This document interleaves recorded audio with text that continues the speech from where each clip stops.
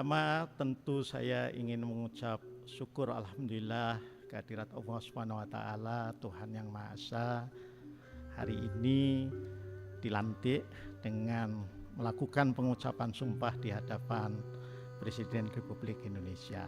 Ya. Saya memahami bahwa ketika saya dipilih oleh DPR, ya, ada sejumlah concerns, ya, kekhawatiran, ya, terutama yang terkait dengan dua hal yang menjadi pondasi lembaga peradilan termasuk Mahkamah Konstitusi, yakni soal independensi dan imparsialitas. Ya.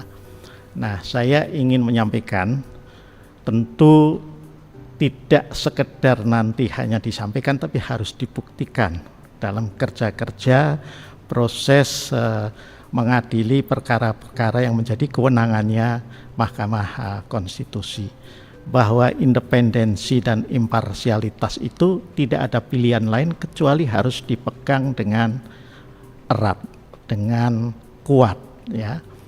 Karena apa? Karena seperti yang disampaikan oleh Ketua Mahkamah Konstitusi dalam laporan tahunan tahun 2023 yang saya kira baru disampaikan minggu lalu, yang namanya public trust, kepercayaan publik, itu adalah modal utama bagi lembaga yudisial termasuk MK, ya.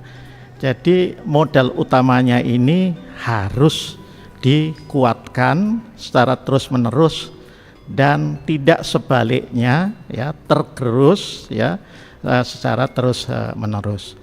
Memang ini sebuah tantangan yang tidak mudah, tapi saya kira karena saya selama 2 periode di DPR itu ada di Komisi 3, saya katakan bahwa apa yang terjadi di Polri saya kira bisa juga menjadi pelajaran.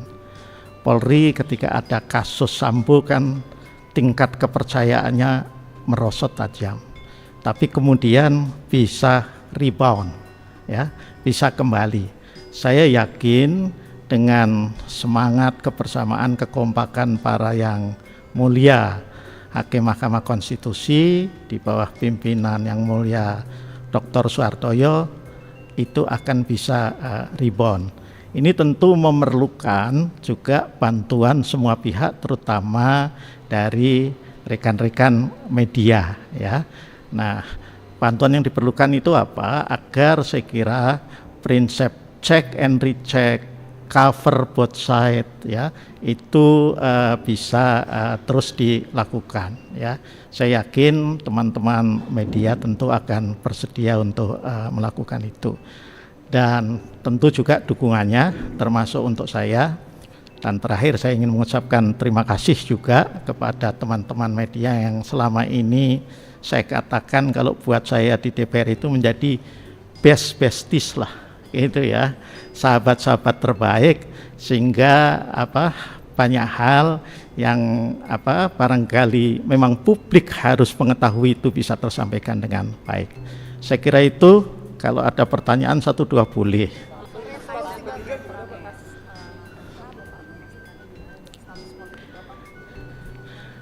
Gini, kan sesuai dengan Undang-Undang MK dan juga Undang-Undang MD3, ya. Pertama, kalau menurut Undang-Undang MK, seorang hakim MK itu kan tidak boleh merangkap jadi pejabat negara, ya. Maka saya telah mengajukan pengunduran diri sebagai anggota DPR dan MPR RI itu pada minggu pertama bulan Desember, tanggal 4 kalau tidak salah.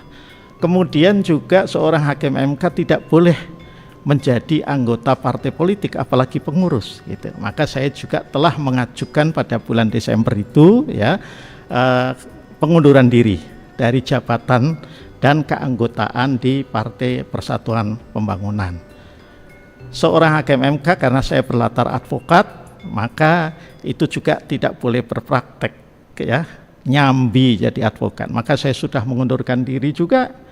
Pertama sebagai Wakil Ketua Dewan Penasehat Dewan Pimpinan Nasional Perhimpunan Advokat Indonesia (DPN) Peradi, itu juga sudah saya lakukan. Dan terakhir supaya memastikan karena saya pernah ada di sebuah partnership kantor hukum, ya. Dan meskipun sudah nonaktif sejak dilantik sebagai anggota DPR, maka untuk menegaskan saya bukan cuma nonaktif tapi juga mengundurkan diri dari partnership itu. Jadi harus semuanya clear lah, ya. Kalau clean kan harus dibuktikan nanti, ya gitu. Saya kira itu, ya.